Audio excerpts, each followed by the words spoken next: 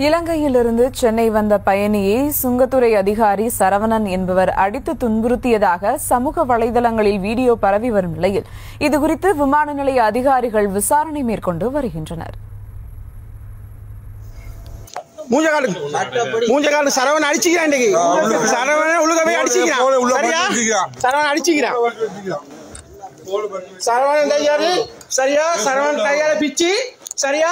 மூஞ்ச பிச்சு சரியா? டேமேஜ் ஆக்கி இவர் இது பண்ணாரு சரியா? சரவணன் ஓகே சரியா?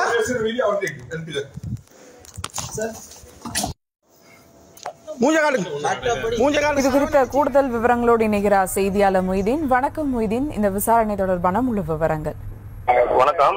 சென்னை சர்வதேச விமான நிலையத்தில் தங்கம் கடத்தல் மற்றும் போதைப் பொருட்கள் கடத்தல் அதிகரித்து வந்த நிலையில் சென்னை விமான நிலைய சுங்கத்துறை அதிகாரிகள் பயணிகளை தொடர்ந்து கண்காணித்து வந்தனர். இந்நிலையில் இன்று காலை இலங்கையிலிருந்து ஸ்ரீலங்கன் ஏர்லைன்ஸ் காலை சென்னை வந்தது. அப்பொழுது சுங்கத்துறை அதிகாரிகள் விமானத்தில் வந்த பயணிகள் ஒவ்வொருவராக சோதனை செய்தனர். அப்பொழுது இலங்கையிலிருந்து அதே விமானத்தில் சென்னை வந்த இலங்கையைச் சேர்ந்த சலீம் என்ற நபரை பிடித்து சுங்கத்துறை அதிகாரிகள் சோதனை நடத்தினர்.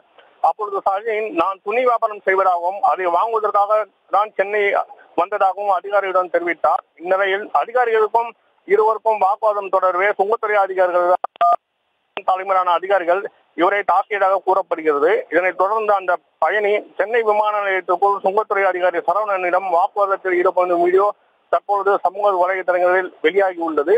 இது குறித்து விமான நிலைய அதிகாரிகள் தற்பொழுது விசாரணை மேற்கொண்டு வருகின்றனர். விவரங்களுக்கு நன்றி மொய்தீன்.